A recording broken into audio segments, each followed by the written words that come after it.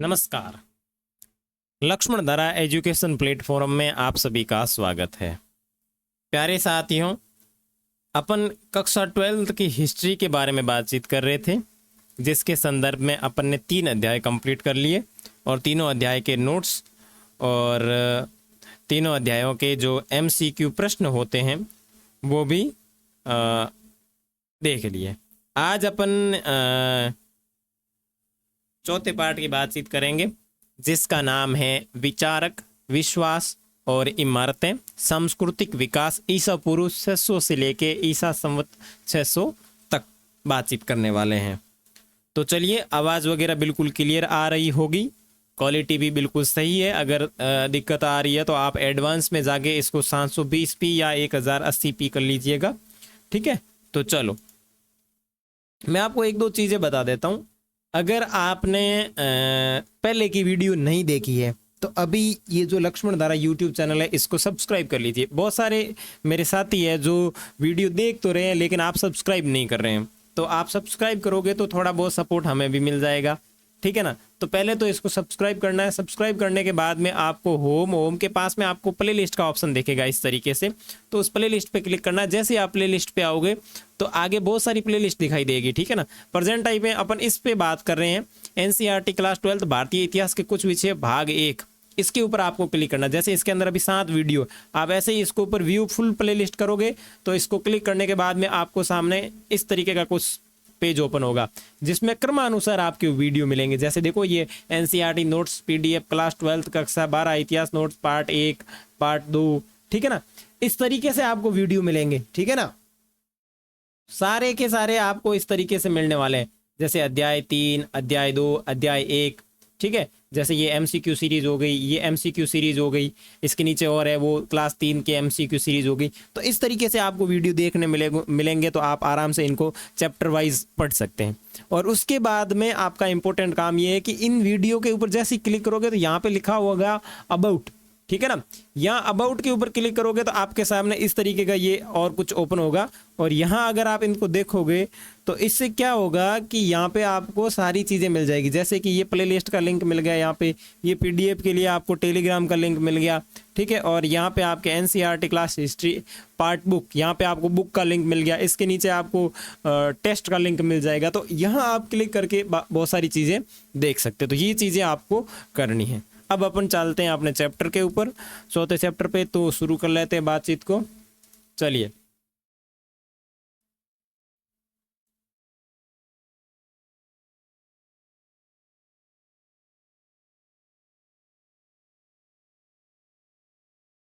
Okay, चलो, हाँ ठीक है, बिल्कुल क्लियर दिख रहा होगा। पाठ का नाम है विचार, विश्वास और इमारतें, सांस्कृतिक विकास, ठीक है। चौथा पार्ट है। देखो, अब इसमें एक एक चीज को अपन बढ़िया आराम से देखेंगे, ठीक है। आराम से कैसे देखेंगे, देखो, भोपाल की नवाब शासनकाल 1868 से 1901, शाहजहां बेगम की आत्मकथा का नाम ताज उल इकबाल तारीख भोपाल, यानी भोपाल का इतिहास से ये ली गई जानकारी अपने को मिलती है। देखो क्या नाम है, भोपाल की नवाब, शासनकाल कब से है, 1968 से 1901 तक। नाम क्या है, शाहजहां बेगम। और शाहजहां बेगम की जो आत्मकथा है, उस आत्मकथा का नाम क्या, ताज उल इकबाल तारीख भोपाल, ये उसकी आत्मकथा का नाम है। आपके प्रश्न में आ सकता है कि ताज उल इकबाल तारीख भोपाल किसकी आत्मकथा है। तो ये जो आत्मकथा है, ये आत्मकथा किसकी है, ये है आपके भोपाल के नवाब शाहजहां बेगम की, ठीक है। इस पार्ट के अंदर से जितने भी इंपॉर्टेंट फैक्ट या नोट्स बने हैं उन सबको मैंने इसके अंदर इंक्लूड किया है। इसके बावजूद भी आपके दिमाग में या मन में थोड़ी बहुत भाई शंका रहती है कि संपूर्ण नोट्स इसमें समाहित नहीं होंगे, तो मैंने इस वीडियो के नीचे डिस्क्रिप्शन बॉक्स में बुक का डायरेक्ट लिंक दिया। जो अपन ये बुक पढ़ रहे हैं ना, इस बुक का डायरेक्ट लिंक दिया, आप उसके ऊपर क्लिक करके आप आराम से पढ़ सकते हैं, ठीक है। तो चलिए आगे देखते हैं। ईसा पूर्व प्रथम शताब्दी एक महत्वपूर्ण काल। अब इसमें क्या टॉपिक है, देखो, यह काल विश्व के इतिहास में काफी महत्वपूर्ण माना जाता है, क्योंकि इस काल में अनेक चिंतकों का उदय हुआ। जैसे बुद्ध का देखें, महावीर, प्लेटो, अरस्तु, सुकरात और खुनकसी, इन सब विद्वानों ने जीवन के रहस्य को समझने की कोशिश की है। तो ईसा पूर्व प्रथम शताब्दी जो थी वो एक महत्वपूर्ण काल था, और महत्वपूर्ण काल इसलिए माना जाता है क्योंकि यहाँ अगर बात करें तो जो चिंतक थे उन चिंतकों का जन्म हुआ है या फिर उदय हुआ है, जिसमें महात्मा बुद्ध है, महावीर है, प्लेटो है, अरस्तु है, सुकरात है, ये महत्वपूर्ण है। ठीक है, तो इस तरीके से कोई छोटा मोटा प्रश्न बनाया जा सकता है कि प्रथम शताब्दी का जो काल है वो महत्वपूर्ण क्यों है, तो इन चिंतकों का उदय हुए इसलिए। पूर्व वैदिक परंपरा जिसकी जानकारी हमें 1500 से 1000 ईसा पूर्व में संकलित ऋग्वेद से मिलती है। अब ये जो पूर्व वैदिक जो परंपरा है इसकी जानकारी हमें कहाँ से मिलती है, तो इसकी जानकारी हमें इससे मिलते हैं, ऋग्वेद से मिलती है। वैसे ही एक प्राचीन परंपरा थी, पूर्व वैदिक परंपरा की जानकारी हमारे को ऋग्वेद से मिलती है, और इसका जो टाइमिंग होता है वो 1500 से लेके 1000 ईसा पूर्व में है। ऋग्वेद अग्नि, इंद्र, सोम आदि देवताओं की स्तुति का संग्रह। अब ये जो ऋग्वेद है, इस ऋग्वेद में अग्नि, इंद्र भगवान और सोम, अग्नि आग के देवता थे, इंद्र जो थे वो आपके वृषा, ये जो है ये आपके आग के देवता है। ठीक है, ये जो है ये आपके आग के देवता है, ये जो इंद्र जो है ये आपके वृषा के देवता है। ठीक है, और सोम की बात करें तो ये एक प्रकार का वृक्ष है।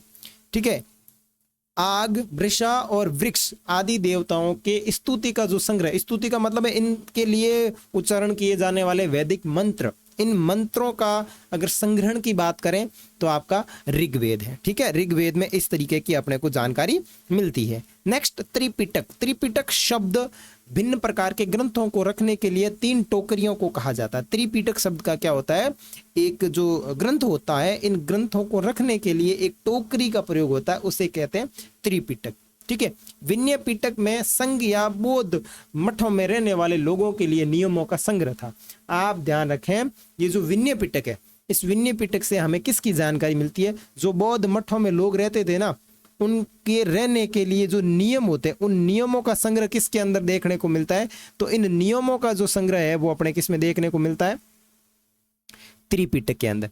उसके बाद में है विनय पिटक के अंदर बुद्ध की शिक्षाएं सुक्त पिटक में रखी गई है, और दर्शन से जुड़े विषय अभिधम पिटक में रखे गए, और बुद्ध के दर्शन से जुड़े जो विषय है वो अभिधम पिटक के अंदर रखे गए हैं। मनुष्य 4 तत्वों से मिलकर बना है। ठीक है, जब वो मरता है तब मिट्टी वाला अंश पृथ्वी में, और जल वाला जो अंश है वो जल में, गर्मी वाला जो अंश है वो आग में, और सांस का अंश वायु में वापस मिल जाता है, और उसकी इंद्रियां अंतरिक्ष का हिस्सा बन जाती है। इस तरीके की जानकारी जो है वो अपने को बुद्ध धर्म से देखने को मिलती है। तो यहाँ अगर अपन बात करें छोटी मोटी, तो क्या बात हुई कि देखो यहाँ पे बात होती है कि पूर्व वैदिक परंपरा जिसकी जानकारी हमारे को 1500 से 1000 ईसा पूर्व के बीच में ऋग्वेद में मिलती है, और ऋग्वेद के अंदर अग्नि यानी आग के देवता, इंद्र यानी वर्षा के देवता, सोम एक प्रकार का पेय पदार्थ के लिए प्रयुक्त होने वाला वृक्ष है, उसके देवताओं की स्तुति का संग्रह है। त्रिपिटक का मतलब होता है ग्रंथों को रखने के लिए एक प्रकार की टोकरी। विनय पिटक जो है जिसमें अपने को संघ या फिर बौद्ध मठ में जो लोग रहते थे ना, उनके रहने के नियमों का जो अपने को संग्रह मिलता है या नियमों का जो उल्लेख है वो आपके विनय पिटक में किया गया। बुद्ध की शिक्षाएं जो है वो सुक्त पिटक में रखी गई है, और दर्शन से जुड़े जो विषय है वो आपके अभिधम पिटक के अंदर रखे गए। तो ये बात आप यहाँ से ध्यान रख सकते हैं। ठीक है, मनुष्य 4 तत्वों से मिलकर के बना है। अब मनुष्य 4 तत्व कौन कौन से हैं, जब वो मरता है तो मिट्टी में अब मरेगा तो उसका जो मरने का जो अंश है मिट्टी का वो पृथ्वी के अंदर मिल जाएगा, जल का जो हिस्सा है वो जल में मग्न हो जाएगा, गर्मी का जो हिस्सा है वो आग में, सांस का जो हिस्सा है वो वायु में मिल जाएगा, और उसकी इंद्रियां जो है वो अंतरिक्ष का हिस्सा बन जाएगी। इस प्रकार की जो जानकारी है वो हमारे को बौद्ध धर्म या बौद्ध जो दर्शन है उससे प्राप्त होती है। उम्मीद करता हूँ आपको जानकारी बिल्कुल अच्छी तरीके से समझ में आ रही है। तो समझ में आ रही है तो अभी लक्ष्मण धारा एजुकेशन प्लेटफॉर्म को आप सब्सक्राइब करके ऑल का जो बेल आइकन है वो आप दबाएं। आगे है जैन धर्म। ठीक है, देखो जैन धर्म के संस्थापक की बात करें तो ऋषभ देव ये आपके संस्थापक है।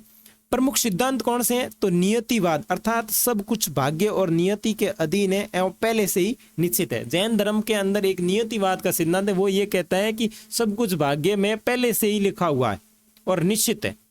जैन शब्द जिन शब्द से निकला है जिसका अर्थ होता है विजेता। ये जो जैन शब्द है ये किससे निकला है, जिन शब्द से निकला है, और इसका अर्थ जो होता है वो होता है विजेता।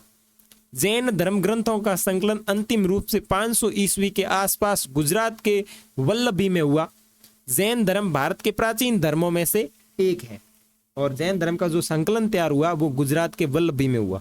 और जैन धर्म भारत के प्राचीन धर्मों में से एक है। जैन धर्म की शिक्षाएं 6वीं सदी ईसा पूर्व से पहले ही भारत में प्रचलन में थी। परंपरा के अनुसार महावीर से पहले 23 शिक्षक हो चुके हैं जिन्हें तीर्थंकर कहा जाता है, यानी वे महापुरुष जो पुरुष और महिलाओं को जीवन की नदी के पार पहुंचाते हैं। इस बात को आप समझे। इतनी देर तक अपन जो ये चीजें पढ़ी है ना, इसको वापस समझ लो। देखो अपन बात कर रहे हैं जैन धर्म की। जैन धर्म के संस्थापक ऋषभदेव। प्रमुख सिद्धांत नियतिवाद। नियतिवाद का मतलब ये है कि सब कुछ भाग्य में पहले ही लिखा हुआ है, सब नियति के अधीन है और पहले से ही निश्चित है। जैन शब्द जिन से निकला है, जिसका मतलब होता है विजेता। और जैन धर्म ग्रंथों का जो संकलन है वो अंतिम रूप से 500 ईस्वी के आसपास गुजरात के वल्लभी नगर के अंदर हुआ है। ठीक है। और जैन धर्म भारत का प्राचीन धर्मों में से एक है। और जैन धर्म की शिक्षाएं 6वीं सदी से पहले भी भारत में प्रचलित थी। जैन परंपरा के अनुसार महावीर जो भगवान महावीर है, उनसे पहले 23 शिक्षक गुरु हो चुके थे जिन्हें तीर्थंकर क्या कहा जाता था? तीर्थकर। और तीर्थ का मतलब यह है कि वे महापुरुष जो पुरुष और महिलाओं को जीवन की नदी के पार पहुंचाते हैं, यानी बड़े बड़े उपदेश देते हैं। महावीर जैन के 24वें तीर्थंकर थे। महावीर जो है वो जैन धर्म के 24वें तीर्थंकर थे। जैन धर्म के पहले तीर्थंकर की बात करें तो आपके ऋषभ देव है। कौन है? ऋषभ देव है।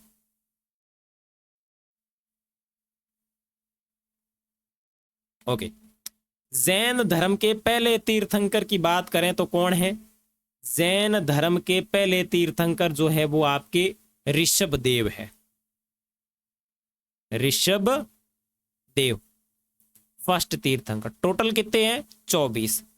24वें कौन है? आपके आगे अपन बात करेंगे महावीर जी है। तो जैन धर्म के 23वें तीर्थंकर की बात करें तो कौन है? पार्श्वनाथ। 23वें जो है वो कौन से हैं? अब सारे तो अपन जब इनका विस्तृत नोट्स वाला पार्ट देखेंगे तब देखेंगे। 23वें हैं जो है वो पार्श्वनाथ है। तो फर्स्ट हो गए, 23वें होंगे और 24वें होंगे आपके महावीर जी। ठीक है। जैन दर्शन की सबसे महत्वपूर्ण अवधारणा है कि संपूर्ण विश्व प्राणवान है। यह माना जाता है कि पत्थर, चट्टान और देखो, जैन धर्म की सबसे महत्वपूर्ण अवधारणा क्या है? कि संपूर्ण विश्व प्राणवान है। इस वाक्य का मतलब यह है कि इस दुनिया में जितने भी जो भी चीज पाई जाती है उसके अंदर जीव पाया जाता है। प्राणवान का मतलब है उसमें प्राण पाए जाते हैं। यह माना जाता है कि पत्थर, चट्टान, जल में भी जीवन होता है। जीवों के प्रति अहिंसा, खासकर इंसानों, जानवरों, पेड़ पौधों और कीड़े मकोड़ों को न मारना जैन दर्शन का केंद्र बिंदु है। जैन दर्शन का सबसे बड़ा केंद्र बिंदु क्या है? अहिंसा। किसी भी प्रकार की हिंसा नहीं करनी, चाहे वो इंसानों को लेकर हो, चाहे जानवरों को लेकर हो, चाहे पेड़ पौधों को लेकर हो, चाहे कीड़े मकोड़ों को लेकर के हो। न मार करके आपके धर्म का पालन करना ही जैन धर्म का मुख्य केंद्र बिंदु है। वस्तुतः जैन अहिंसा के सिद्धांत ने संपूर्ण भारतीय चिंतन परंपरा को प्रभावित किया। जैन मान्यता के अनुसार जन्म और पुनर्जन्म का चक्र क्रम के द्वारा निर्धारित होता है। ये बात वेरी वेरी इंपॉर्टेंट। जैन मान्यता के अनुसार जन्म और पुनर्जन्म का जो चक्र है वो क्रम द्वारा निर्धारित होता है। कहने का मतलब ये है कि अगर आप अच्छे कर्म करोगे तो आपको अगले जन्म में अच्छा जीवन प्राप्त होगा। आप बुरे कर्म करोगे तो आपको अगले जीवन में बुरा जीवन प्राप्त होगा। ये जो भी आपकी नया जीवन मिलेगा वो। तो जैन धर्म जो है वो ये मानता है कि आपके पुनर्जन्म की जो प्रक्रिया है उसका निर्धारण आपके कर्मों के ऊपर डिपेंड है। बढ़िया कर्म करोगे तो बढ़िया जीवन मिलेगा और फोरा कर्म करोगे तो आपको फोरा जन्म मिलेगा। फोरे का मतलब होता है जो अच्छा काम नहीं। कर्म के चक्र से मुक्ति के लिए त्याग और तपस्या जरूरी। और जैन धर्म ये कहता है कि कर्म का ये जो चक्र है इससे आपको मुक्ति पानी है तो आपके लिए त्याग और तपस्या जरूरी। त्याग का मतलब है कि आपके दिमाग मन में जो मोह माया भरी हुई है कि ये भी प्राप्त कर लो और ये भी प्राप्त कर लो, तो ये जो मोह माया है इसको आपको त्यागना पड़ेगा और आपको घोर तपस्या करनी पड़ेगी। यह संसार के त्याग से ही संभव हो पाता है, इसलिए मुक्ति के लिए विहारों में निवास करना है। और दूसरी बात यह कि इन सबसे लपड़ा ये जो संसार का त्याग है इसको त्यागना संभव नहीं है। इसके लिए आपको विहारों में जाना पड़ेगा, जो कि अपने चैप्टर 2 के अंदर पढ़ा। विहार मतलब जो बौद्ध जो धर्म है उसके प्रचार के लिए इस तरीके के स्थान बनाए गुफाओं में, तो विहारों में जाना पड़ेगा। एक अनिवार्य नियम बन गया। जैन साधु और साध्वी 5 व्रत करते थे। हत्या न करना, चोरी न करना, झूठ न बोलना और ब्रह्मचर्य का पालन करना और धन का संग्रह न करना। तो ये बहुत इंपॉर्टेंट बात है। अब देखो आप ये चीजें पढ़ रहे हो, आप मन में ऐसे मत डाल देना कि भाई साहब मैं तो बस अब मोह माया छोड़ रहा हूँ, ठीक है, जैन धर्म धारण करके बिल्कुल अच्छी तरीके से जीवन व्यतीत करूंगा, विहारों में जाऊंगा। तो ये थोड़ा कठिन है और इसको त्यागने के लिए आपको विहार में जाना जरूरी है। और जैन धर्म के साधु और साध्वी जो होते थे उनके लिए 5 बातें मुख्य रूप से होती थी। क्या होती थी? पहली बात, किसी भी प्रकार की हत्या नहीं करना। हत्या नहीं करना, इसके पीछे रीजन ये है कि संपूर्ण विश्व क्या है? प्राणवान है। दूसरी जो बात है वो है चोरी कौन करनी? चोरी नहीं करनी, ठीक है। तीसरी जो बात है वो झूठ नहीं बोलना, बिल्कुल झूठ नहीं। चौथी जो बात है ब्रह्मचर्य, सबसे महत्वपूर्ण बात है। और 5वीं जो बात है, पैसा कोई इकट्ठा नहीं करना, धन संग्रहण, नो मनी, पैसा नॉट पैसा, धन संग्रहण किसी भी प्रकार से आपको नहीं करना है। समझ में आया? अब आगे बात करते हैं तीर्थंकर। तीर्थंकर का शाब्दिक अर्थ जो होता है, तीर्थंकर का शाब्दिक अर्थ होता है संसार से पार पाने के लिए घाट या तीर्थ का निर्माण करने वाला व्यक्ति जो है वो आपके तीर्थंकर कहलाता है, ठीक है। अब प्रथम तीर्थंकर की बात करें तो जैन धर्म के अंदर प्रथम तीर्थंकर जो है वो है ऋषभदेव। कौन है? ऋषभदेव। प्रथम तीर्थंकर कौन है? ऋषभदेव है, जिन्होंने इस धर्म के संस्थापक माने जाते हैं। जो जैन धर्म है इसके संस्थापक माने जाते हैं ऋषभदेव, और वो क्या है? जैन धर्म के संस्थापक है, ठीक है। यह अयोध्या के इक्ष्वाकु राजवंश से संबंधित है। ये जो राजवंश है इस राजवंश से संबंधित थे। कौन? आपके ऋषभदेव से संबंधित राजवंश से संबंधित में इनका प्रतीक चिन्ह वृषभ, इनका जो प्रतीक चिन्ह है वो क्या है? वृषभ है। हिंदू पुराणों में नारायण का अवतार माना जाता है और इनको हिंदू पुराणों के अंदर नारायण का अवतार माना जाता है। ऋषभदेव का पहली बार जो उल्लेख है वो अपने को ऋषभ वेद में देखने को मिलता है। ये बातें आपको कंप्लीट समझ में आई? मैं वापस दिखवा देता हूं। देखो, अपन बात करते हैं प्रथम तीर्थंकर की। जैन धर्म के प्रथम तीर्थंकर की बात करें तो ऋषभदेव, जिन्हें इस धर्म का संस्थापक माना जाता है, ठीक है। ये अयोध्या के इक्ष्वाकु राजवंश से संबंधित थे। इनका जो प्रतीक चिन्ह है वो वृषभ है। हिंदू पुराणों में इनको नारायण भगवान का अवतार माना जाता है और ऋषभदेव का पहली बार उल्लेख जो है वो ऋषभ वेद के अंदर देखने को मिलता है। प्रथम तीर्थंकर की बात संपूर्णतः यहाँ पे कंप्लीट होती है। उसके बाद में बात करें दूसरे तीर्थंकर की, तो दूसरे तीर्थंकर का नाम है अजीतनाथ। कौन से नाथ? अजीतनाथ। पहली बार इनका जो उल्लेख है वो मिलता है यजुर्वेद के अंदर। और 19वें तीर्थंकर की बात करें तो 19वें तीर्थंकर मल्लीनाथ, जिनको नेमिनाथ भी कहते हैं, जो वासुदेव कृष्ण के समकालीन थे। और 23वें तीर्थंकर की बात करें तो पार्श्वनाथ है, जिन्हें प्रथम ऐतिहासिक तीर्थंकर माना जाता है।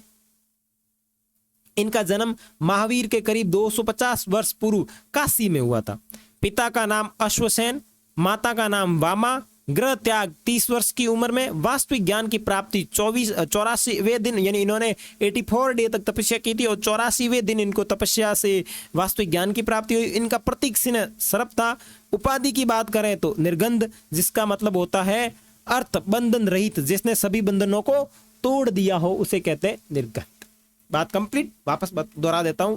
अपन बात कर रहे हैं 23वें तीर्थंकर की, और 23वें तीर्थंकर का जो नाम है वो है आपके पार्श्वनाथ। पार्श्वनाथ एक प्रकार के ऐतिहासिक तीर्थंकर है, जिनका जन्म जो है वो आपके काशी में होता है। पिताजी का नाम अश्वसेन है, माताजी का नाम वामा है, और 30 वर्ष की उम्र में इन्होंने घर छोड़ दिया था, यानी घर का त्याग कर दिया था। वास्तविक ज्ञान की प्राप्ति जो होती है वो 84वें दिन इनको नॉलेज की प्राप्ति हो जाती है, ठीक है। और ये एकदम बिल्कुल शानदार तरीके से पूरे ऑलराउंडर। और इनका जो प्रतीक चिन्ह जो है वो है सर्प। क्या है? सर्प। और निर्गंध इनकी उपाधि थी, और निर्गंध का मतलब होता है अर्थ बंधन रहित। अर्थ बंधन रहित का मतलब क्या हुआ? अर्थ बंधन रहित का मतलब हुआ जिसने सभी बंधनों को तोड़ दिया हो। आगे संत सरित्र किसी संत या धार्मिक नेता की जीवनी होती है। देखो संत सरित्र का मतलब क्या होता है? संत सरित्र का मतलब होता है किसी संत या धार्मिक नेता की जीवनी। और संत सरित्र संत की उपाधियों का गुणगान करते हैं जो तथ्यात्मक रूप से पूरी तरह से सही नहीं होते हैं। ये इसलिए महत्वपूर्ण है कि ये हमें उस परंपरा के अनुयायियों के विश्वास के बारे में बताते हैं। तो संत चरित्र का मतलब होता है संत या जो धार्मिक नेता होते हैं उनके बारे में जो जीवनी होती है उसे संत चरित्र कहते हैं। उसके बाद में अपन बात करेंगे महावीर स्वामी जी की। तो महावीर स्वामी जी जो है वो आपके जैन धर्म के 24 तीर्थंकर है, 24वें तीर्थंकर है। ठीक है, कौन से तीर्थंकर है? 24वें तीर्थ। देखो 24वें तीर्थंकर एवं अंतिम तीर्थंकर महावीर स्वामी जी, जिन्हें जैन धर्म का वास्तविक संस्थापक माना जाता है। देखो वास्तविक संस्थापन कौन? महावीर स्वामी। और अगर संस्थापक की बात करें तो कौन? प्रथम तीर्थंकर ऋषभदेव। तो ये दोनों बात आपको विशेष रूप से ध्यान रखनी है। प्रथम तीर्थंकर ऋषभदेव को जैन धर्म का संस्थापक माना जाता है। और वास्तविक संस्थापक की बात करें तो वो आपके कौन है? महावीर स्वामी। जन्म 599 से 599 भी माना जाता है, कहीं कहीं 540 ईस्वी। कुंडग्राम वज्जी संघ वैशाली गणराज्य। कहां पे होता है? कुंडग्राम में होता है, वज्जी संघ में होता है और वैशाली गणराज्य में होता है। ठीक है, नेक्स्ट आगे अगर बात करूं मैं तो पिताजी का नाम जो है वो पिताजी का नाम सिद्धार्थ है। और माताजी की बात करें तो त्रिशला, जो लिच्छवी शासक चेतन की बहन थी। कुल ग्यारतु कुल, सिद्धार्थ ग्यारतु कुल के प्रधान थे। स्वयं का नाम वर्धमान है। पुत्री प्रियदर्शना श्वेतेश्वर परंपरा के अनुसार जो है इनकी पुत्री का नाम है वो पुत्री का नाम जो है वो प्रियदर्शना है। ज्ञान की प्राप्ति वैशाख शुक्ल दशमी को रिज्जू बालूका नदी के किनारे साल वृक्ष के नीचे भगवान महावीर को एकलव्य ज्ञान की प्राप्ति होती है। ये बात आप विशेष रूप से ध्यान रखना। ज्ञान की प्राप्ति कब होती है? वैशाख शुक्ल दशमी को रिज्जू बालूका नदी के किनारे। ये नदियां भी ध्यान रखना है। कौन सी नदी? रिज्जू बालूका नदी। कौन सा वृक्ष? साल वृक्ष के नीचे भगवान महावीर को एकलव्य ज्ञान की प्राप्ति होती है। जिन इंद्रियों के विजेता, इन्हें जिन भी कहा जाता है। जिन का मतलब होता है इंद्रियों के विजेता, इंद्रियां इनके पूरी कंट्रोल में थी। ठीक है, प्रथम उपदेश कहां दिया था? विपुलाचल पहाड़ी राजगृह के मेदपुर में इन्होंने प्रथम उपदेश दिया था। प्रथम शिष्य की बात करें तो जमाली, महावीर के दामाद जो थे वो इनके प्रथम शिष्य थे। प्रथम शिष्या की बात करें तो चंदना चंपन नरेश अंगनरेश की पुत्री थी। उपदेश की भाषा की बात करें तो प्राकृत थी। अनुयायी शासकों की बात करें तो बिंबिसार, अजात शत्रु, उदयनी, चंद्रगुप्त मौर्य, अमोद वंश, ये जो इनके थे अनुयायी शासक थे। दक्षिण के अनुयायी राजवंश की बात करें तो गंग वंश, राष्ट्रकूट वंश, कंदव वंश, चालुक्य वंश, वो जो इनके जो उपदेश दिए गए थे उनका अनुचरण करते थे। महावीर के अन्य नाम की बात करें तो वीर, अतिवीर, सन्मति, ये इनके अन्य नाम थे। महावीर का प्रतीक चिन्ह की बात करें तो सिंह। और 72 वर्ष की आयु में पावा विहार महावीर स्वामी का निर्वाण हो गया, यानी इनकी मृत्यु होगी 72 ईयर्स के अंदर। पावा जो विहार जो है वहां पे इनकी मृत्यु हो गई। तो ये कुल मिला के इतनी सारी जो बातें थी वो आपके महावीर स्वामी जी की बातें थी, जो आपको नोट्स के अंदर मिल जाएगी और बड़ी अच्छी तरीके से आप इनको याद कर सकते हैं। बौद्ध दर्शन के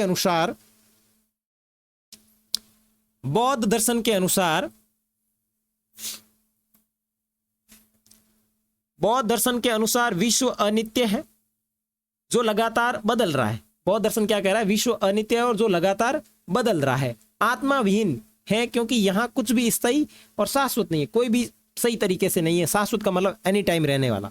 इस क्षण भंगुर दुनिया में दुख मनुष्य की जीवन का अंतर्निहित तत्व है। मनुष्य के दुख लार पड़ूड़ ही रहे। घोर तपस्या और विषय शक्ति के बीच मध्यम मार्ग अपनाकर मनुष्य दुनिया के दुखों से मुक्ति पा सकता है। बौद्ध धर्म की पारंपरिक परंपराओं में भगवान का होना या न होना अप्रासंगिक था। कहने का मतलब यह कि दुख तो आपके बिल्कुल चिपके हुए हैं। अब आपको इससे मुक्ति पानी है तो आपको तपस्या करनी पड़ेगी, विहार में जाना पड़ेगा, मोह माया से त्याग करना पड़ेगा, तभी आपके काम डेरा लगने वाला है। नहीं तो मजे करो। हाँ, ओके। जैन धर्म के उत्तरदान सूत्र के अनुसार महावीर का जन्म पहले ऋषभदंत की पत्नी देव नंदा के गर्भ से होने वाला था, लेकिन देवताओं को ये स्वीकार नहीं था। तीर्थंकर का जन्म किसी ब्राह्मण परिवार में हो, अतः इंद्र भगवान ने इन्हें त्रिशला के गर्भ में स्थानांतरित कर दिया। तो ये इस तरीके की बात है, तो आप इसको भी ध्यान रख सकते हैं। जैन धर्म की शाखाएं कितनी है? तो जैन धर्म की 2 शाखाएं हैं, एक तो श्वेतांबर है और एक दिगंबर है। श्वेतांबर शाखा के अंदर जो लोग होते हैं वो सफेद कपड़ा पहनते हैं, सफेद वस्त्र धारण करते हैं, ठीक है। दिगंबर जो शाखा है इसके अंदर जो वस्त्र नहीं पहनते हैं, नग्न रहते हैं, ठीक है ना। इनके अंदर जो होता है वो नग्न रहना। श्वेतांबर और दिगंबर जैन धर्म की 2 शाखाएं हैं। तो ये आप नेट पे देख सकते हैं थोड़ा बहुत, श्वेतांबर और दिगंबर, तो आपको अच्छे से समझ में आएगा। और यहाँ से भी वैसे समझ में आ गया होगा। जैन साधु और साध्वी के 5 व्रत कौन से हैं? अहिंसा, वैसे इनकी अपन बात पहले कर चुके। अहिंसा मतलब किसी भी प्रकार की हत्या नहीं करना, सत्य बोलना और झूठ नहीं बोलना, ठीक है। असत्य यानी चोरी नहीं करना, अपरिग्रह यानी धन को इकट्ठा नहीं करना, और 5वीं जो बात है वो है ब्रह्मचर्य यानी ब्रह्मचर्य का पालन करना। ये जैन साध्वी और साधु के 5 व्रत या फिर बहुत ही इंपॉर्टेंट नियम है, इनको आप ध्यान में रखें। बौद्ध परंपरा के अनुसार अपने शिष्यों के लिए उनका अंतिम निर्देश था तुम। देखो अब बौद्ध धर्म जो है इनके शिष्यों के लिए क्या निर्देश था? तुम सब अपने लिए खुद की ज्योति बनो, क्योंकि तुम्हें खुद ही अपनी मुक्ति का रास्ता ढूंढना है। जो बौद्ध धर्म के जो शिष्य होते थे उनको कहा जाता था कि तुम सब अपने लिए खुद की ज्योति बनो, क्योंकि तुम्हें खुद ही अपनी मुक्ति का रास्ता ढूंढना है। अगर तुम्हें मुक्ति पानी है तो तुम्हें अपने आप ही आपका रास्ता ढूंढना होगा।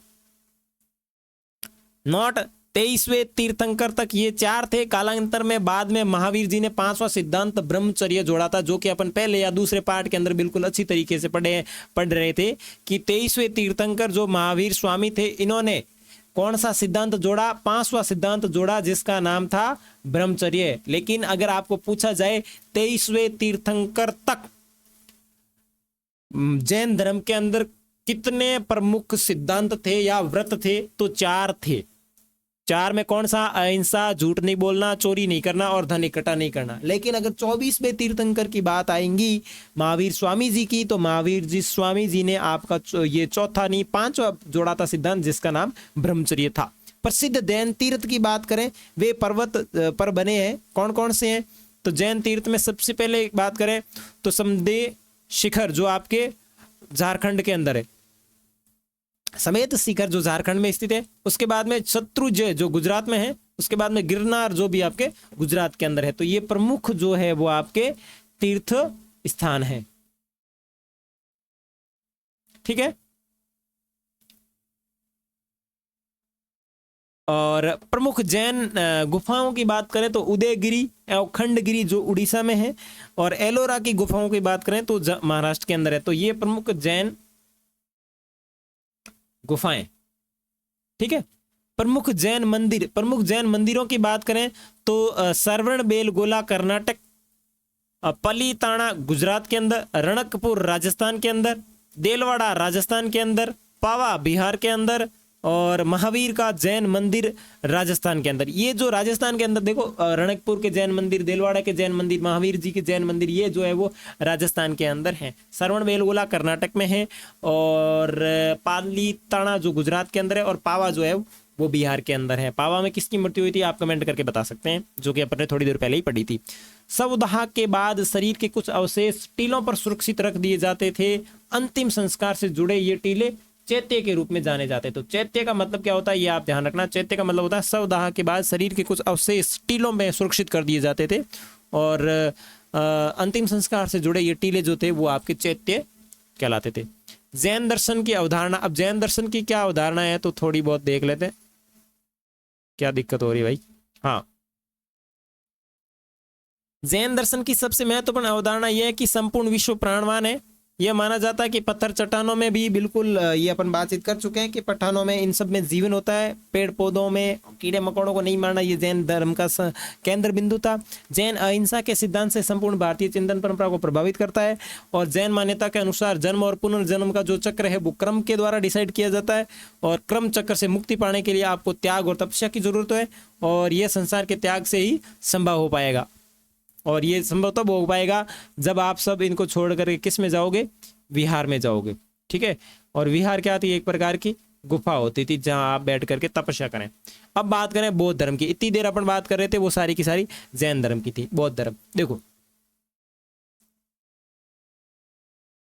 बौद्ध धर्म एक प्राचीन और महान धर्म है जो भारत से निकला है। बौद्ध धर्म की जो आपकी स्थापना जो होती है वो अपने भारत से ही होती है, उत्पत्ति अपने भारत से ही होती है।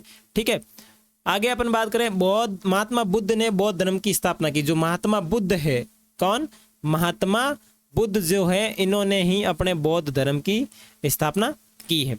बौद्ध धर्म की स्थापना लगभग 6वीं शताब्दी ईसा पूर्व में हुई है और बौद्ध धर्म की स्थापना जो है वो लगभग आपके 6वीं शताब्दी ईसा पूर्व में होती है। ईसाई और इस्लाम धर्म के बाद ये दुनिया का तीसरा सबसे बड़ा धर्म है। ईसाई धर्म, इस्लाम धर्म और इसके बाद में तीसरा जो सबसे बड़ा धर्म है, सबसे पहले की बात करें तो ईसाई के बाद में अगर बात करें दूसरे की तो आपका इस्लाम, और इस्लाम की बात करें बाद में तो आपका जो है वो आपका बौद्ध धर्म। ठीक है, इस धर्म को मानने वाले ज्यादातर लोग चीन, Japan, Korea, Thailand, Cambodia, Sri Lanka, Nepal, Bhutan और भारत से हैं। देखो, दुर्भाग्यवश जिस धर्म की उत्पत्ति भारत में हुई है उस धर्म को भारत में बहुत ही कम अपनाया गया है। आज अपन देखें तो बौद्ध धर्म के अंदर बहुत ही कम लोग अपने इंटरेस्ट करते हैं। हालांकि अगर बौद्ध दर्शन को अपन पढ़ें तो बौद्ध दर्शन के अंदर बहुत ही अच्छी चीजें हैं, लेकिन इसका अपने भारत के अंदर इतना कोई प्रभाव नहीं है। सबसे ज्यादा देखें तो चीन के अंदर है, जापान के अंदर है, कोरिया में है, थाईलैंड में है, कंबोडिया में है, श्रीलंका में है, नेपाल में है, भूटान में है और भारत में है। अगली क्लास में मैं आपको बताऊंगा थाईलैंड के अंदर बाकायदा लोग बौद्ध धर्म को इतना मानते हैं और थाईलैंड के अंदर जो है बौद्ध धर्म के लेकर के जो अपने मानसिक जो बीमारियां होती हैं उनका इलाज किया जाता है। जो बौद्ध धर्म की जो टेक्निक है ना उसके अकॉर्डिंग इलाज किया जाता है। ठीक है, आगे बात करें महात्मा बुद्ध की, बौद्ध धर्म के संस्थापक है। ठीक है, बौद्ध धर्म के जो संस्थापक है महात्मा बुद्ध, उनकी बात करें तो देखो बौद्ध धर्म के संस्थापक कौन है, फाउंडर कौन है, तो महात्मा बुद्ध फाउंडर है। ठीक है, पूरा नाम क्या है, गौतम बुद्ध। पूरा नाम क्या है, गौतम बुद्ध। बचपन का नाम क्या है, सिद्धार्थ। बचपन में सब लोग इन्हें सिद्धार्थ कहते थे। जन्म की बात करें तो 573 ईस्वी। कहां पे हुआ, लुम्बिनी, नेपाल के अंदर। जन्म स्थान कहां है, लुम्बिनी, नेपाल के अंदर। पिताजी के नाम की बात करें तो सुशोधन, माताजी माया देवी। बुद्ध के जन्म के 7वें दिन बाद इनकी मृत्यु हो गई थी। जैसे बुद्ध जी का जन्म हुआ और बुद्ध जी के 7 दिन बाद में इनकी माताजी जो है माया देवी, इनकी डेथ हो जाती है। सौतेली मां की बात करें प्रजापति गौतमी। क्या नाम है, सौतेली मां की बात करें तो प्रजापति गौतमी, जिन्होंने इनका लालन पालन किया। तो यहां अपना नया प्रश्न बन गया कि महात्मा बुद्ध जो थे उनकी लालन पालन या पालन पोषण किसने किया, तो सौतेली माताजी प्रजापति गौतमी जी ने इनका लालन पालन किया। वंश कौन सा है, शाक्य वंश। कौन सा वंश, शाक्य वंश। पत्नी की बात करें तो यशोधरा। पत्नी कौन है, यशोधरा। पुत्र राहुल, गोत्र गौतम, राज्य का नाम शाक्य गणराज्य और राजधानी की बात करें तो कपिल वस्तु। ज्ञान की प्राप्ति निर्जना नदी के किनारे वट वृक्ष के नीचे उर्नवेला बोध गया नामक स्थान पर इनको ज्ञान की प्राप्ति होती है। ठीक है, राजधानी कपिलवस्तु, ज्ञान की प्राप्ति निर्जना नदी के किनारे। तो ये सारी चीजें आप देख लेना। और ऊपर ये इधर क्या दिया हुआ है इसको भी पढ़ लेते हैं। जब कोई भिक्षु एक नया कंबल या गलीचा बनाएगा तो उसे इसका प्रयोग कम से कम 6 वर्षों तक करना होगा। ये इस तरीके के नियम जो है अपने को विनय पिटक के अंदर से मिलते हैं, जो कि अपन ऊपर बातचीत कर चुके थे। देखो, अगर कोई भिक्षु नया कंबल या बनाएगा तो या गलीचा बनाएगा तो उसका उपयोग उसे कम से कम 6 वर्षों तक करना है। यदि 6 वर्ष से पहले की अवधि में अगर बिना भिक्षुओं की अनुमति के उसने नया कंबल या गलीचा बनवाता है तो चाहे उसे पुराने कंबल या गलीचे को छोड़ दिया हो या नहीं, नया कंबल या गलीचा उसे ले लिया जाएगा और इसके लिए उसे अपराध स्वीकार करना होगा। ये इस तरीके के नियम देखने को मिलते हैं। पहला नियम ये कि अगर आपने कोई गलीचा बनाया या कंबल ली है तो उसका उपयोग आपको कम से कम 6 वर्ष तक करना पड़ेगा। 6 वर्ष से पहले फट गया तो आपकी जिम्मेदारी है, भले यूं ही होना पड़े, सो ठंड लागती, वो आपकी जिम्मेदारी है। और बिना अनुमति के अगर आपने नया कंबल ले लिया तो आपसे वो कंबल छीन लिया जाएगा और आपको दंड भी दिया जाएगा। तो आपको अगर ये धारण करना है तो इस बात का विशेष रूप से ध्यान रखना होगा। दूसरा नियम क्या कहता है, यदि कोई भोग भिक्षु किसी गृहस्थ के घर जाता है, यानी जिसका घर है, ये जो गृहस्थ जीवन जी रहा उसके घर जाता है, उसे टिकिया या पके अनाज का भोजन दिया जाता है, तो यदि उसे इच्छा हो तो वह 2 से 3 कटोरा भर ही स्वीकार कर सकता है। मूड है कि भाई मन रोटी जीवनी है तो 2 से 3 कटोरा भर उसको स्वीकार कर सकता है। यदि वह इससे ज़्यादा स्वीकार करता है तो उसे अपना अपराध स्वीकार करना होगा। 2 या 3 कटोरे पकवान स्वीकार करने के बाद उसे अन्य भिक्षुओं के साथ बांटना होगा। यही सम्यक आचरण है। समय का मतलब है सही आचरण है। सही आचरण यह है कि भाई साहब अगर आपने किसी के घर गए हैं और आपको 2 से 3 कटोरा भर भोजन मिला है, आपने उसको स्वीकार कर लिया, उसके बाद में भी आप अगर उसको स्वीकार कर रहे हो तो वो अपराध है। और उसके बाद में अगर स्वीकार अगर कर भी लेते हो तो वो भोजन जो है वो अन्य भिक्षुओं के साथ में आपको बांटना होगा। तीसरा नियम क्या है, यदि कोई बौद्ध भिक्षु संघ के किसी विहार में ठहरा हुआ है, प्रस्थान करने से पहले अपने द्वारा बिछाए गए या बिछवाए गए बिस्तर को न ही समेटता है और न ही समेटवाता है, या यदि वह बिना विदाई लिए चला जाता है तो उसे अपराध स्वीकार करना होगा। कितने खतरनाक नियम है कि भाई आप कहीं बौद्ध भिक्षु विहार के अंदर ठहरे हुए हो और वहां पे अगर आपने बिस्तर बिछाया है या अगर किसी से बिछवाया है तो उसको आपको खुद को समेटना पड़ेगा, यहाँ आपको समेटवाना पड़ेगा और बिना विदाई लिए आप वहां से रवाना नहीं हो सकते। अगर आप होते हैं तो वो आपका अपराध माना जाएगा। समझ में आ रही है ना बात? तो चैनल को सब्सक्राइब कर दो बस। हाँ, आगे साक्य वंश के होने के कारण साक्य मुनि व गौतम गोत्र के होने का कारण इन्हें गौतम बुद्ध कहते हैं। देखो, साक्य वंश के होने के कारण और साक्य मुनि व गौतम गोत्र के होने के कारण इनको गौतम बुद्ध कहा जाता है। प्रथम उपदेश की बात करें तो इनका जो प्रथम उपदेश है वो सारनाथ काशी, कहां पे है? सारनाथ काशी अथवा वाराणसी से 10 किलोमीटर दूर। सारनाथ काशी अथवा वाराणसी से 10 किलोमीटर पूर्वोत्तर में स्थित बौद्ध तीर्थ स्थल है। ज्ञान की प्राप्ति के पश्चात भगवान बुद्ध ने अपना प्रथम उपदेश यहीं दिया था, जिसे धर्मचक्र प्रवर्तन का नाम दिया गया। सबसे पहले इन्होंने जो उपदेश दिया था वो दिया था सारनाथ काशी अथवा वाराणसी से 10 किलोमीटर दूर एक जगह पड़ती है, पूर्वोत्तर में स्थित बुद्ध का ये जो प्रसिद्ध स्थल है, यहाँ इन्होंने ज्ञान प्राप्ति के बाद में इन्होंने पहला उपदेश दिया था और इसीलिए इसको कहा जाता है धर्मचक्र प्रवर्तन। ठीक है। प्रथम शिष्य की बात करें तो तपसु एवं बल्लीनाथ नामक बंजारे या वणिक को गया में इन्होंने प्रथम शिष्य किसको माना?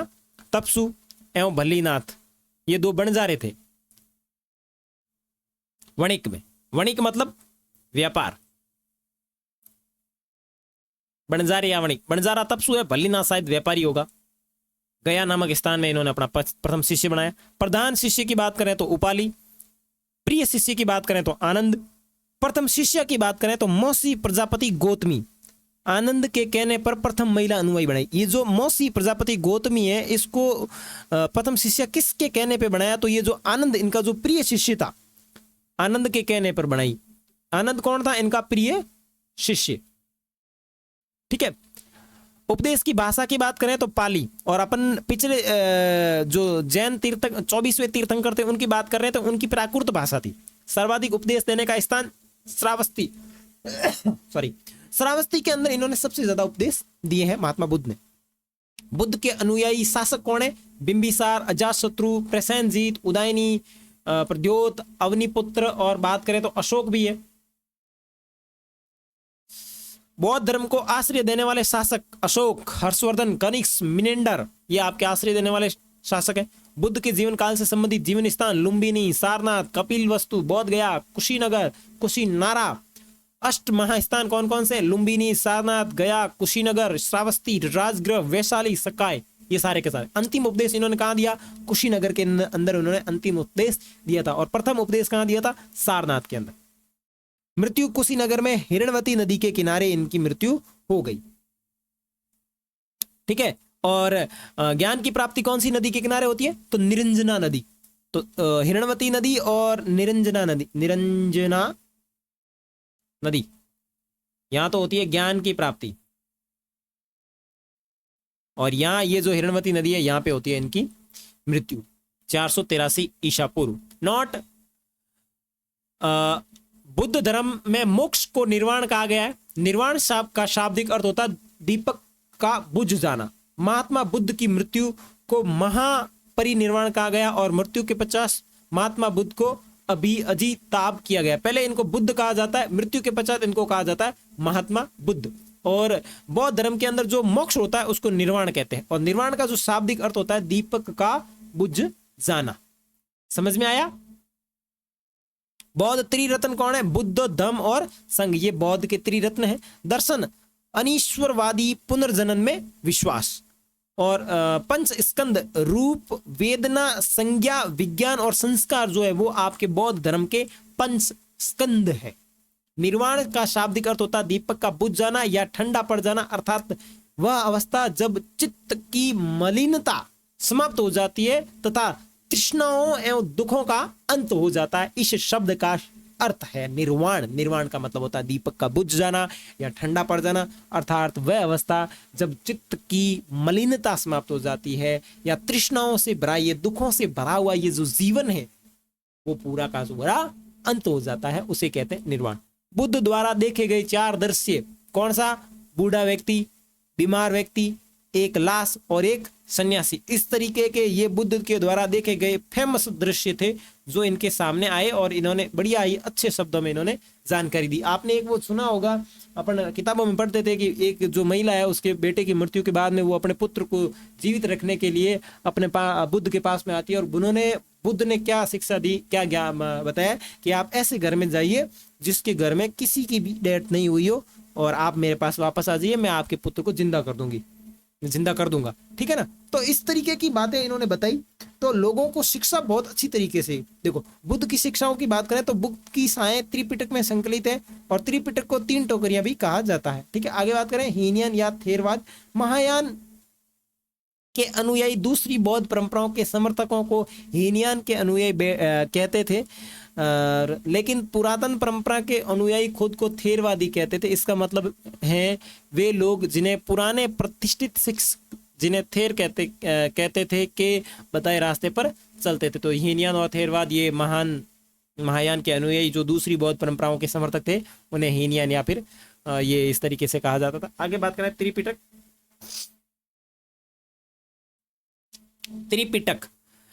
आगे देखें सुत्त पिटक के अंदर बुद्ध की शिक्षा और बौद्ध धर्म के एनासाइक्लोपीडिया, इस बुद्ध धर्म का जो ये बुद्ध धर्म का एनासाइक्लोपीडिया भी कहा जाता है सुत्त पिटक को। विनय पिटक की बात करें तो दार्शनिक सिद्धांतों का संग्रह है, दर्शन से जुड़े विषय सारे के सारे विनय पिटक में। अभिधम पिटक का मतलब होता है संघ संबंधित नियम, दैनिक आचरण, विचार एवं विधि निषेध का संग्रह। संघ या बौद्ध मठों में रहने वाले लोगों के लिए जो नियम बनाए गए थे वो आपके अभिधम पिटक के अंदर है। गौर तपस्या या विषा शक्ति के बीच मध्यम मार्ग को अपना पर मनुष्य दुखों से मुक्ति पा सकता है। भगवान का होना अप्रासंगिक है, ये दुनिया का अनित्य और लगातार बदल रही है, इस दुनिया में कुछ भी स्थायी नहीं है। समाज निर्माण इंसानों ने किया। बुद्ध तुम सब के लिए खुद ज्योति बनो क्योंकि तुम्हें खुद ही अपनी मुक्ति का रास्ता ढूंढना है। इस दुनिया में दुख ही दुख है, दुख का कारण इच्छा, लोभ और लालच है। तो इस तरीके के जो नियम मिलते हैं वो आपको अभिधम पिटक के अंदर मिलते हैं। ठीक है, आगे बात करें बौद्ध धर्म तेजी से क्यों फैला। देखो बौद्ध धर्म बहुत ही साधारण था, इसमें जाति प्रथा का कोई उल्लेख नहीं था। बौद्ध धर्म ने कर्म की बात की है, ना कि जातिगत।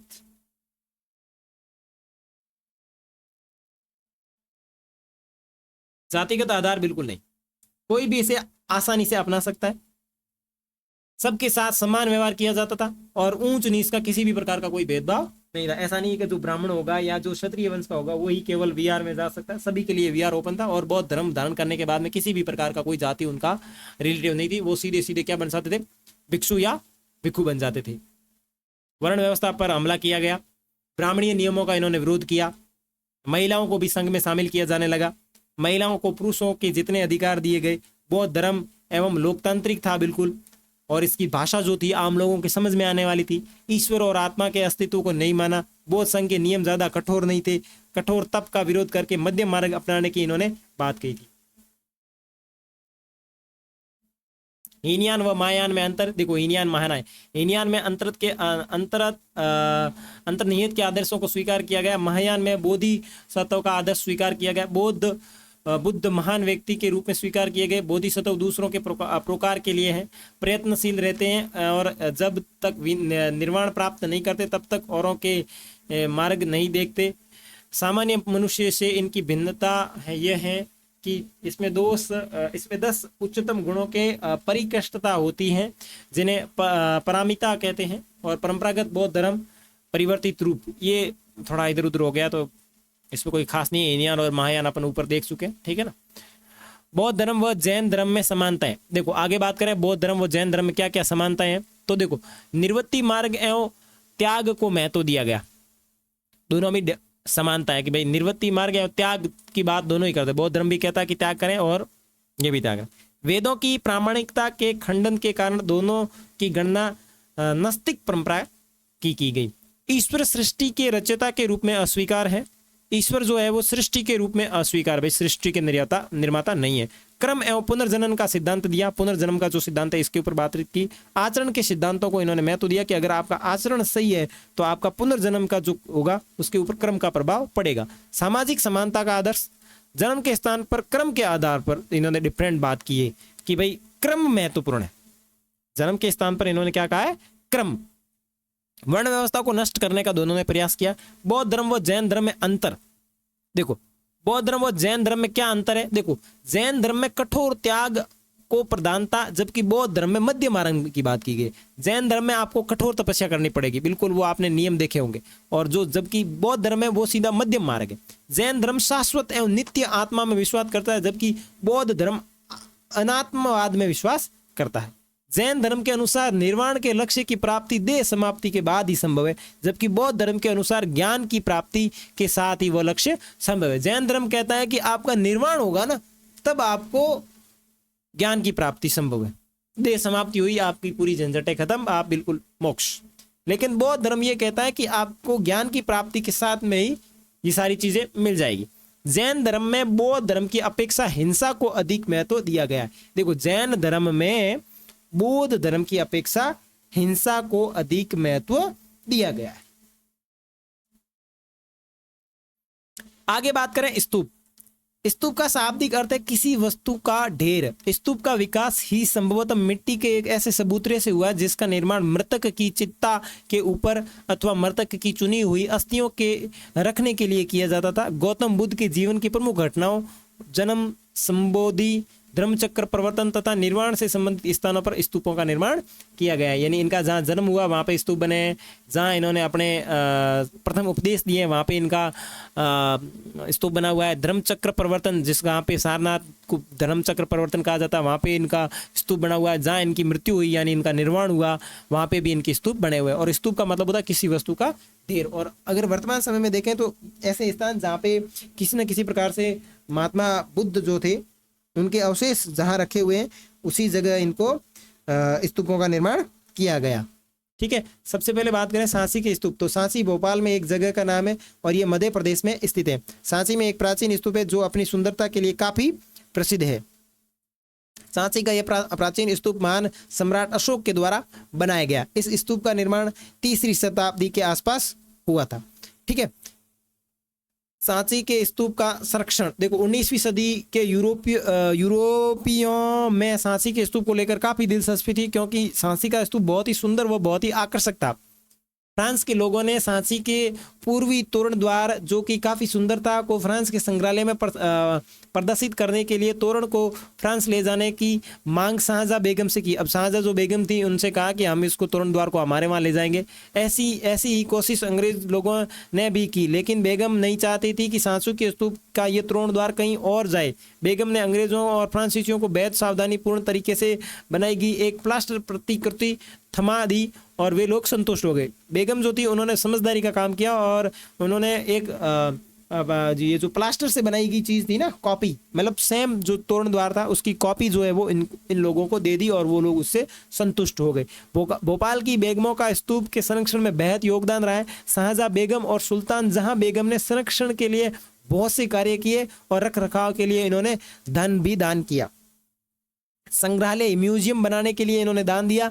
जॉन मॉर्सल ने बहुत सी पुस्तकें लिखी और उनके प्रकाशन के लिए भी बेगमो ने दान दिया। तो ये जो सांची का स्तूप है वो बहुत ही बढ़िया है, बहुत ही वैध है। आप नेट पे इसका सर्च कर लेना, इसका तोरण द्वार देख लेना, वो भी बहुत ही सुंदर है। तो यहाँ अपने को प्रश्न पूछा जा सकता है कि सांची के स्तूप में संरक्षण में किन का योगदान रहा है, तो शाहजहां बेगम और सुल्तान जहां बेगम का एक इंपॉर्टेंट योगदान रहता है। यज्ञ और विवाद, वैदिक परंपरा की जानकारी हमें ऋग्वेद से मिलती है।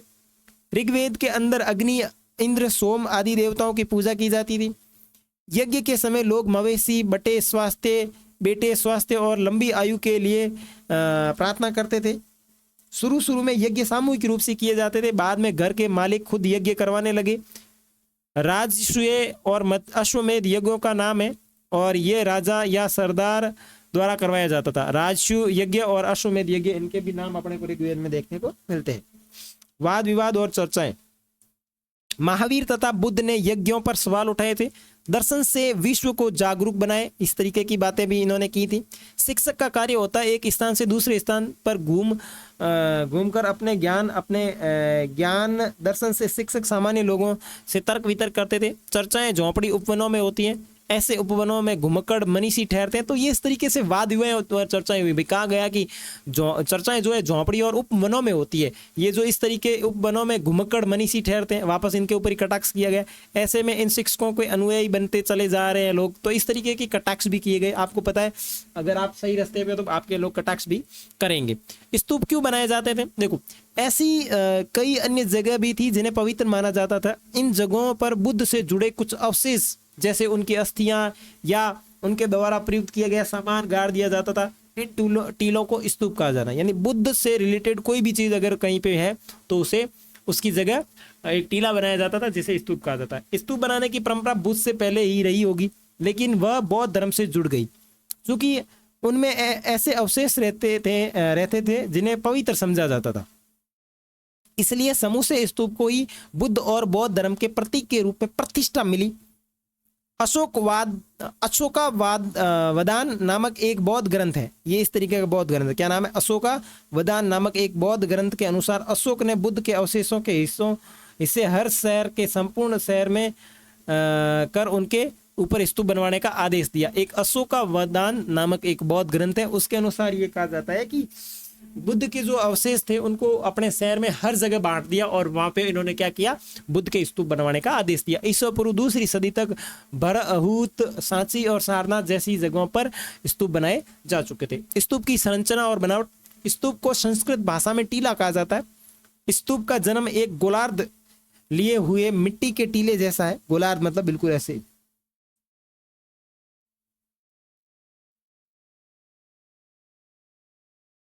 इसे बाद में अंड कहा गया।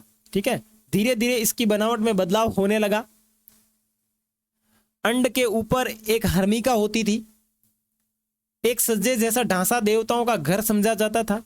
हर्मिका से एक मस्तूल निकाला जाता था जिसे यष्टि कहते थे, जिस पर अक्सर एक छतरी लगी होती थी। टीले के चारों ओर एक वेदिका होती थी। तोरण द्वार स्तूपों की सुंदरता को बढ़ाया जाता था और उपासक पूर्वी तोरण द्वार से प्रवेश करके स्तूप की परिक्रमा करते थे। तो इस तरीके से स्तूप का निर्माण किया जाता था। अमरावती का स्तूप, इस स्तूप में अवशेषों के रूप में मूर्तियां, पत्थर मिले जो कि बाद में अलग अलग जगह ले जाए गए। और स्तूप अपने को बंगाल, मद्रास, लंदन, अंग्रेज अफसरों के बागों में अमरावती की मूर्तियां लगाई गई। लंदन के अंदर जो अंग्रेजों के अफसर है वहां पे अमरावती के स्तूप से भी मूर्तियां ले जाकर के लगाई गई क्योंकि मूर्ति कला यहाँ की बहुत ही सुंदर और फेमस थी। अमरावती और सांची की नियति, 1977 में एक स्थानीय राजा जो मंदिर बनाना चाहते थे, अचानक अमरावती के स्तूप के अवशेष मिल गए। उन्होंने उसे पत्थर के इस्तेमाल करने का निश्चय किया। उन्हें ऐसा लगा कि इस छोटी सी पहाड़ी में संभवतः कोई खजाना छुपा होगा। कुछ अवशेषों के बाद कॉलिन मैकेंजी नामक एक अंग्रेज अधिकारी इस इलाके से गुजरे। हालांकि उन्होंने कई मूर्तियां पाई और उनका विस्तृत चित्रांकन भी किया, और लेकिन ये रिपोर्ट कहीं छपी नहीं। उसके बाद में 1854 में गुंटूर, आंध्र प्रदेश के कमिश्नर ने अमरावती की यात्रा की। उन्होंने कई मूर्तियां और उत्कीर्ण पत्थर जमा किए। वे उन्हें मद्रास ले गए। उन्होंने उनके नाम एलियट संगमरमर के नाम से जाना जाता था। उन्होंने पश्चिमी तोरण द्वार को भी खोज निकाला और इस निष्कर्ष पर पहुंचे कि अमरावती का स्तूप बौद्ध धर्म का सबसे विशाल और शानदार स्तूप था। 1850 के दशक में अमरावती के उत्कीर्ण पत्थर अलग अलग जगहों पर ले जाए जा रहे थे। कुछ पत्थर कलकत्ता में एशियाटिक सोसाइटी और बंगाल ले जाए गए, जो कुछ मद्रास में इंडिया जो ऑफिस थे वहां ले जाए गए, कुछ पत्थर लंदन भी पहुंच गए। कई अंग्रेज अधिकारियों ने अपने बागों में अमरावती की मूर्तियां जो थी उनको लगा दिया। वस्तुतः इस इलाके का हर नया अधिकारी यह कहकर कुछ मूर्तियां उठा ले जाता था कि उससे पहले के अधिकारियों ने भी ऐसा ही किया। पुरातत्व वेदा H.S. कोल उन मुट्ठी भर लोगों में से थे जो सोचते थे और इन्होंने लिखा कि इस देश की प्राचीन कलाकृतियों की लूट होने देना मुझे आत्मघाती और असमर्थीय नीति लगता है। देखो, इस पूरी बात को मैं आपको समझा देता हूँ। जो अमरावती का स्तूप है, यहाँ पे बहुत ही शानदार मूर्तियां थी और जितने भी अंग्रेज अधिकारी यहाँ पे आए उन्होंने यहाँ से मूर्तियां सब मचका लेगा चोरी कर। और वो इस बात को कहते थे कि भाई साहब हमारे पहले जो अधिकारी था वो भी मूर्तियां लेकर गए, तो आप हमें कैसे रोक रहे हो। इस बीच एक पुरातत्ववेता आते हैं जिनका नाम है H.S. कोल। वो कहते हैं कि भाई साहब ये हमारे देश की जो प्राचीन कलाकृतियों की लूट हो रही है, ये मेरे को एक प्रकार से आत्मघाती और असमर्थनीय नीति लगती है। अब आगे बात करें कि ये जो आपका स्तूप है अमरावती का, ये नष्ट कैसे हुआ। देखो, अमरावती का स्तूप सांची के स्तूप के जैसा ही एक सुंदर स्तूप था। अमरावती का स्तूप आंध्र प्रदेश में स्थित है। 1854 में आंध्र प्रदेश के कमिश्नर ने अमरावती की यात्रा की। उन्होंने वहां जाकर बहुत से पत्थर और मूर्तियां जमा की और इन्हें मद्रास ले गए। उन्होंने बताया कि अमरावती का स्तूप बौद्ध का सबसे शानदार स्तूप था। 1850 में अमरावती के पत्थर अलग अलग जगहों पर ले जाए जा रहे थे। कुछ पत्थर कलकत्ता में एशियाटिक सोसाइटी और बंगाल पहुंचे, कुछ पत्थर मद्रास में पहुंचे, कुछ पत्थर लंदन पहुंच गए और कई मूर्तियां अंग्रेज अफसरों ने अपने बागों में लगवा दी। और हर नया अधिकारी ये कहता था, मूर्ति उठाकर ले जाता था और कहता था कि हमसे पहले जो अधिकारी थे वो मूर्ति लेकर गए। तो इस तरीके से जो आपका अमरावती का स्तूप है वो नष्ट हुआ। आगे अलग सोच, किसकी अलग सोच। पुरातत्ववेता H. कोल उन मुट्ठी पर लोगों में से थे जो ये सोचते थे कि हमारी जो संस्कृति है इसको नष्ट करना मुझे आत्मघाती लगता है और ये एक प्रकार की असहनीय नीति है। ठीक है, आगे बात करें पौराणिक हिंदू धर्मों का उदय। हिंदू धर्म सबसे प्राचीनतम धर्मों में से एक है। इसमें वैष्णव और शैव परंपरा शामिल है।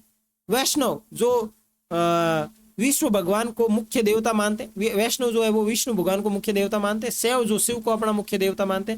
वैष्णव मार्ग में कई अवतारों को महत्व दिया गया। ऐसा माना जाता है कि जब संसार में पाप बढ़ता है तो भगवान अलग अलग अवतार लेते हैं और संसार की रक्षा करने आते हैं। इस परंपरा में 10 अवतारों की कल्पना की गई है और मूर्ति पूजा की बात की जाती है और शिव भगवान को उनके प्रतीक लिंग के रूप में दर्शाया गया है। तो शैव धर्म के जो थे वो शिव की पूजा करते थे और इनका जो लिंग जो था वो एक प्रकार से प्रतीक रूप था। लेकिन जो वैष्णववाद जो थे वो विष्णु भगवान को अवतार मानते हैं या विष्णु भगवान को एक पर्टिकुलर मुख्य देवता मानते हैं। और वैष्णववाद जो है वो अवतारों पे इंपॉर्टेंट है। ये जो अवतारवाद की जो बात है वो आपकी की जाती है वैष्णव धर्म के अंदर। ठीक है, मंदिरों के निर्माण की बात करें। प्रारंभ में एक चौकोर कमरे की तरह होते थे जिसे गर्भगृह कहा जाता था। इसमें से एक दरवाजा होता था जिसमें पूजा करने के लिए अंदर जा सकते थे। मूर्ति पूजा की जाती थी। फिर बाद के समय में गर्भगृह के ऊपर एक ढांचा बनाया गया जिसे शिखर कहा जाता था। मंदिर की दीवारी पर चित्र उत्कीर्ण किए जाते थे। फिर धीरे धीरे मंदिरों में बनाए जाने वाले तरीके विकसित होने लगे और अब मंदिरों में विशाल सभा स्थल और ऊंची दीवारें बनाई जाती है। प्रारंभ में कुछ मंदिरों को पहाड़ से काटकर गुफा की तरह बनाया जाता था। तो ये जो जानकारी थी वो आपके चौथे पाठ से संबंधित थी और इसी प्रकार की जानकारी प्राप्त करने के लिए अभी लक्ष्मण धारा यूट्यूब चैनल को आप सब्सक्राइब कीजिए, सपोर्ट कीजिए। आप वीडियो देख तो रहे हैं लेकिन सब्सक्राइब नहीं कर रहे हैं, तो आप बिल्कुल सब्सक्राइब वाला जो बटन है उसके ऊपर टप करके लगा करके इसको सब्सक्राइब कर लीजिए। अब अगले वीडियो में अपन इसके जो महत्वपूर्ण MCQ प्रश्न है उनके ऊपर भी बातचीत करने वाले हैं। तब तक के लिए बाय बाय। चैनल को आप जरूर सब्सक्राइब कर लीजिएगा।